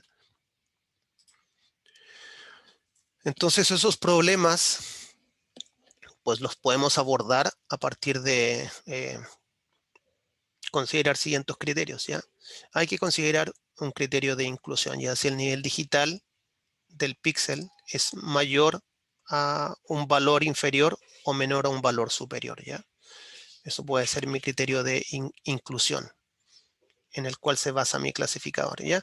Pero como les comenté en la figura anterior, pueden haber problemas, ¿ya? Puede que existen píxeles que van a estar en un grupo, en este caso aquí, como hay un área de traslape, este píxel va a quedar asignado a la categoría A, pero también va a quedar asignado a la categoría B, ¿cierto? Y eso no nos sirve. Y también pueden haber píxeles que queden sin clasificar, como ese que está aquí, no está cayendo dentro de ningún dominio. Entonces, al final tenemos un píxel sin clasificar. Pues esos son los problemas que puede presentar este clasificador. Entonces, las áreas, los errores, ¿ya? Pueden ser reducidos si aumentamos las áreas de dominio, es decir, si los paralelepípedos son mayores, ¿ya? Pero también al aumentar las áreas de dominio, ya vamos a tener más solape, ¿vale? Entonces, ¿qué es lo que va a pasar? Perdón, ¿qué es lo que va a pasar? Si yo aumento estas áreas de dominio para incorporar este píxel que está aquí, pues probablemente voy a meter este píxel en el área que corresponde, pero a lo mejor va a haber un solape con esta otra categoría. Y entonces estas soluciones que se pueden implementar, ¿cierto? Para este clasificador, hay que tomar en cuenta, pues, ciertas cosas. Y una de estas cosas es un compromiso entre reducir ya los píxeles no clasificados y también reducir los solapes entre categorías. Ya cuando existen píxeles sin asignación, ya como el que estamos viendo acá, esa es una muestra clara, ¿cierto?, de que hay clases espectrales que están mal definidas o que están ausentes. Y por lo tanto, entonces, nos conviene hacer una revisión de nuestras leyendas, ¿vale? Y revisar bien si hemos considerado todas las categorías o estamos dejando alguna categoría sin considerar con las áreas de entrenamiento. Por lo tanto, hay píxeles, ¿cierto?, que no saben a dónde ir, porque no hay ningún área de entrenamiento, ¿cierto?, que describa justamente la situación de esos píxeles, ¿ya? ¿Cuáles son las ventajas? Pues que es rápido y que además considera la dispersión, ¿cierto? El anterior de mínima distancia solamente consideraba la media y se basa en la distancia de esa media, pero el clasificador de paralelepípedos pues considera la dispersión y esa dispersión es la que genera el tamaño de esta área de influencia para cada categoría, ¿ya? Y el otro clasificador que vamos a revisar aquí en esta clase, pues es el clasificador de máxima probabilidad, ¿ya? Este clasificador de máxima probabilidad es uno de los más utilizados, ¿ya? ¿Y por qué se utiliza más? Bueno, porque suele dar buenos resultados cuando las áreas de entrenamiento están bien escogidas, ¿ya? Este clasificador asume que los niveles digitales de cada clase pues tienen una distribución normal. Entonces, como asume esto, pues permite describir cada clase por una función de probabilidad, ¿ya? Entonces, a partir de esta función de probabilidad, el clasificador es capaz de construir matrices de medias y matrices de varianzas y covarianzas, ¿vale? Con las cuales puede entonces estimar las probabilidades de pertenencia de un píxel a cada una de esas categorías.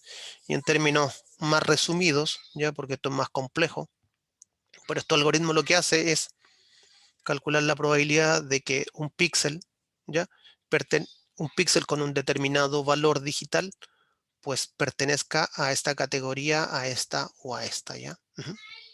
Entonces el cálculo se realiza para todas las categorías que intervienen en la clasificación, ¿ya? Y asignando entonces un píxel finalmente a aquella categoría en la cual la probabilidad de pertenencia es mayor, ¿vale? Estas elipses que están aquí, pues vienen a representar entonces un nivel de probabilidad asignada a cada una de las categorías. Las elipses más pequeñas entonces representan una probabilidad más elevada de pertenencia y las elipses más bajas representan una probabilidad más baja de pertenencia. Mientras mayor sea la zona de solape entre estas elipses, mayor es el riesgo de confusión entre esta categoría A y esta categoría B, ¿vale? Este clasificador de máxima probabilidad trabaja con un criterio bayesiano. El criterio bayesiano es, bueno, para la gente que ya hizo estadística, es un criterio de selección de modelos, ¿ya? Lo que hace es buscar el mejor modelo, pero penalizando el modelo más complejo, ¿ya? En este caso, el modelo que se busca es un modelo que me permita decir perdón, si la probabilidad de pertenencia del píxel A del píxel X a la categoría A es mayor o igual a la probabilidad de pertenencia del píxel X a la categoría B, ¿ya? Entonces, si esa probabilidad es mayor en la categoría A, pues el píxel X se asigna a la A, ¿ya? Entonces, en este clasificador es posible que el usuario, ¿ya?, defina ciertos límites para descartar aquellos píxeles que presentan valores de probabilidad que son muy bajos. Ya por ejemplo, en aquellas categorías que tenemos dudas o en aquellas categorías donde hay muchos solapes entre una y otra clase, ¿vale? Entonces, es probable que el usuario ponga límites y diga todos aquellos píxeles que presenten una probabilidad de pertenencia menor a un 70%, pues están mal, ¿vale? Y eso nos permite refinar bastante la clasificación. Todo eso, ¿cierto? Todo esto que le comentaba, que basado en la estadística de las áreas de entrenamiento, en las distribuciones de probabilidad y en los cálculos de probabilidad para cada uno de los píxeles de la imagen para saber si se lo asigna a una categoría, a otra categoría, pues tiene problemas. Y esos problemas son que este es un clasificador lento de calcular. Ya cuando ustedes lo ejecuten en QGIS se van a dar cuenta que dependiendo del tamaño de la imagen y dependiendo del equipo que tienen, esta cosa se va a tomar un tiempo en trabajar, ¿ya? Pero ¿cuáles son las ventajas que tiene con respecto a los otros? Bueno, considera la dispersión, ¿cierto? ¿Vale? Porque como asume que esto está distribuido normalmente, pues calcula la media y las desviaciones estándar. Y además también que como usuarios podemos introducir límites. Si hay algunas probabilidades de pertenencia que son muy bajas, nosotros podemos decir no, pues yo no me quedo con estas clasificaciones porque no me dan ninguna certeza de que esto realmente sea así. Y estos son un poco los ejemplos, ¿ya? Entonces acá tenemos una clasificación con máxima probabilidad. Ahí están los colores que representa cada uno de las cubiertas: alfalfa, pues trigo, legumbres, suelo y agua, ¿vale? Pero si nosotros ponemos como criterio de rechazo, ¿ya?, todos aquellos píxeles que tengan menor a un 95% de probabilidad no los vamos a considerar, pues podríamos terminar con un resultado como el que está acá, ¿ya?, donde nos quedaríamos solamente con aquellos píxeles que presenten un porcentaje de probabilidad de pertenencia del orden del 95% o más, ¿vale? Entonces, esta capacidad de aceptar o no aceptar los píxeles no lo presentan los otros algoritmos, pero este sí los presenta, ¿vale? Entonces, me permitiría pasar de esto a esto que está aquí. Entonces, en estas categorías que está aquí, pues yo estoy seguro que estos aquí, píxeles de suelo, ¿cierto?, tienen un 95% o más probabilidades de realmente pertenecer a la categoría, ¿vale?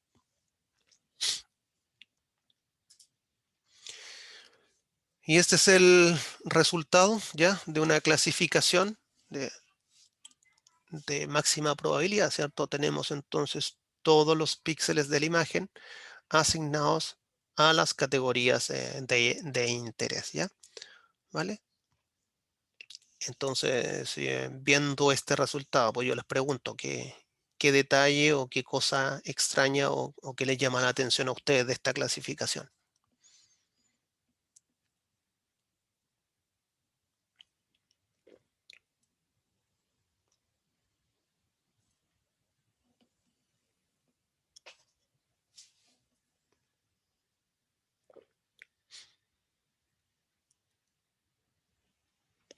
¿Aló? ¿Hay algo raro? Ven.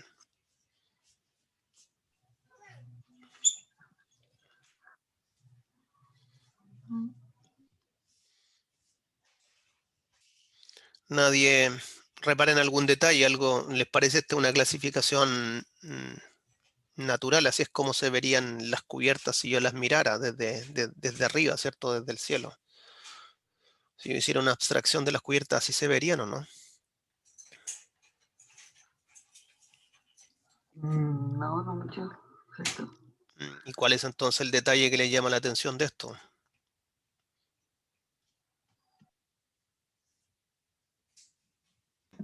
Quizás que están como un poco mezcladas. Como no sé, por ejemplo, la amarilla se ve como por encima de casi toda la imagen. ¿Ya? ¿Y esa mezcla cómo se evidencia ya? ¿En qué se evidencia? ¿Cuál es el efecto más notorio de esa mezcla? ¿Cómo lo ven ustedes? ¿Cómo se representa esa mezcla aquí?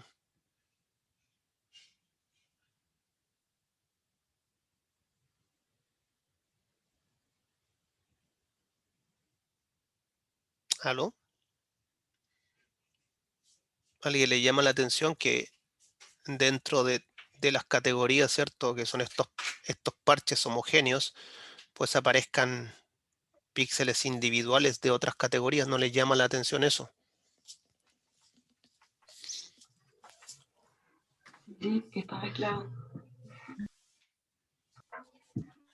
Pues eso entonces que está pasando ahí se produce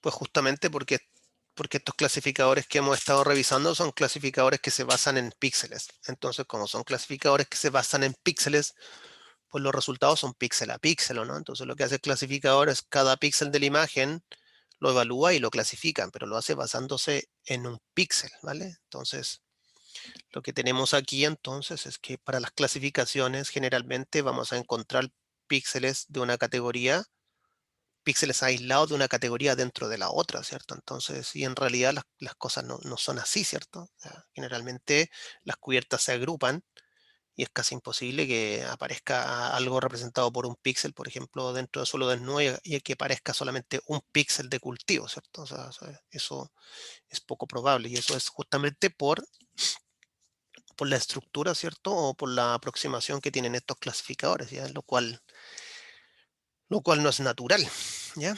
Entonces, para trabajar con eso, para tratar de evitar este ruido, ¿vale? Eso que se provoca ahí es un ruido, ¿vale?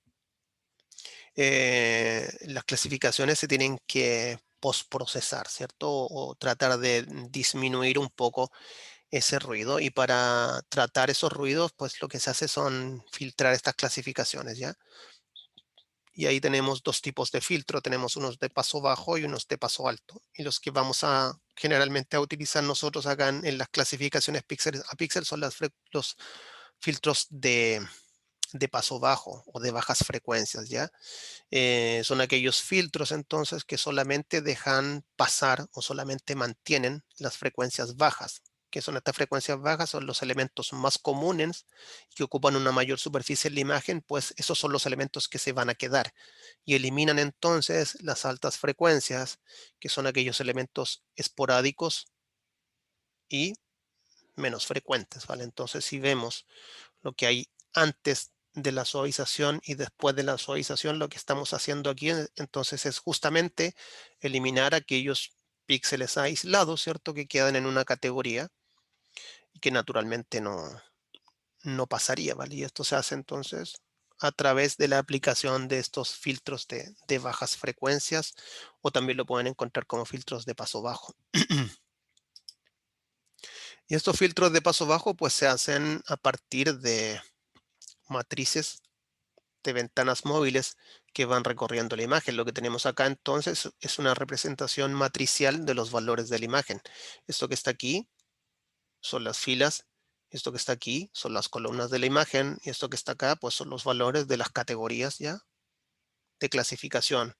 4 es cultivo, 5 es urbano, 2 es suelo, 6 es agua, ¿vale? Entonces, para hacer una suavización, para tratar de sacarnos este ruido de encima y dejarlo de esta manera, ¿cierto? Pues aplicamos estos filtros y estos filtros trabajan en base a ventanas móviles y cada uno de estos filtros contiene entonces factores, ¿ya? Que se aplican sobre cada uno de estos valores de la imagen, ¿ya? Y al final, la aplicación de estos filtros pues entrega un resultado. Entonces acá tenemos antes y después de la aplicación del filtro. Y lo que pueden darse cuenta es que estos filtros eliminan entonces aquellos valores que son menos frecuentes en la imagen. Si nos centramos aquí y vemos acá, ¿ya? Vemos que todos los valores de acá entonces ahora pues poseen en su mayoría valores 4, pero acá tenían valores 6, 5 y 5, los cuales a partir de la aplicación de estos coeficientes han sido entonces cambiados, ¿vale? ¿Se entiende entonces lo que hacen los filtros sobre la imagen? Sí. Ya. Algunos resultados de esta aplicación del filtro, ¿cierto? Tenemos la imagen original de la clasificación, aplicando un filtro de 3x3 píxeles o aplicando un filtro de 7x7. El problema de hacer un filtrado demasiado grande es que vamos perdiendo detalle espacial. Veamos la comparación entre lo original y un filtro de 3x3, pues ya tenemos la reducción importante del ruido, pero comenzamos a perder continuidad, ¿cierto? De algunas cubiertas, ¿ya? Y si nos vamos a este extremo, pues fíjense en la parte del río, ¿vale? Entonces, bien por la aplicación de los filtros para eliminar estos ruidos de la imagen, mal cuando hacemos un uso abusivo de esto, porque lo que está aquí, pues no tiene nada que ver con esto, ¿no? ¿Vale? Sí, profe. Ya. Ok, y creo que hasta aquí vamos a quedar, ¿vale? En nuestra clase. Vamos a pasar entonces a, perdón, un tiempo antes de pasar a la ayudantía. Duda respecto a lo que hemos visto ya. Esto es muy importante. ¿Por qué? Porque es materia pues, de nuestra evaluación, por un lado, y también va a ser materia de el segundo trabajo práctico, ¿vale? Así que si no pusieron mucha atención aquí, pues revisen el video y luego podemos contestar preguntas entonces que puedan surgir por correo, porque creo que de aquí a nuestra primera prueba ya no nos vamos a ver, ¿vale?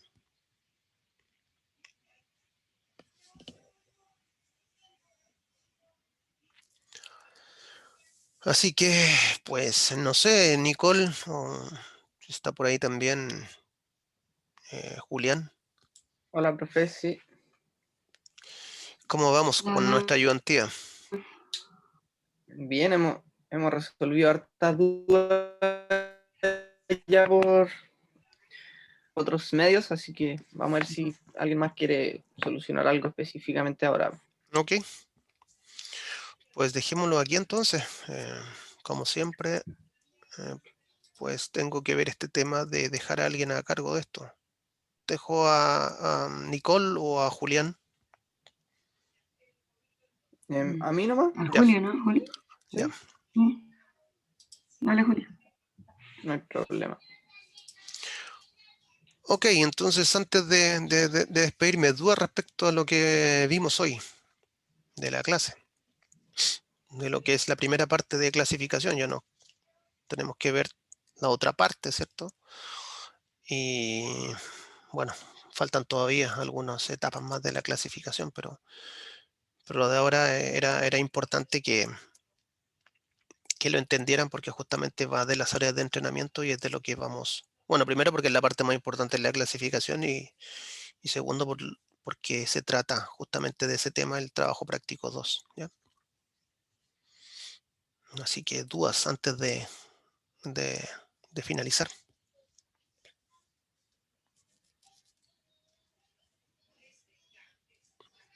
¿no?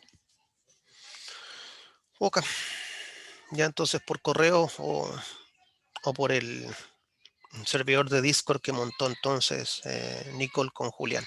¿Ya? Así que eso, pues que estén bien, que ya pondré el enlace a Cibeduc para la recepción de los trabajos y espero que pues que les haya ido bien con el trabajo, ¿ya? Que hayan aprendido y si pues las cosas resultaron, probablemente entonces las calificaciones van a estar buenas. Así que eso. Ya, estimados y estimadas, nos estamos viendo.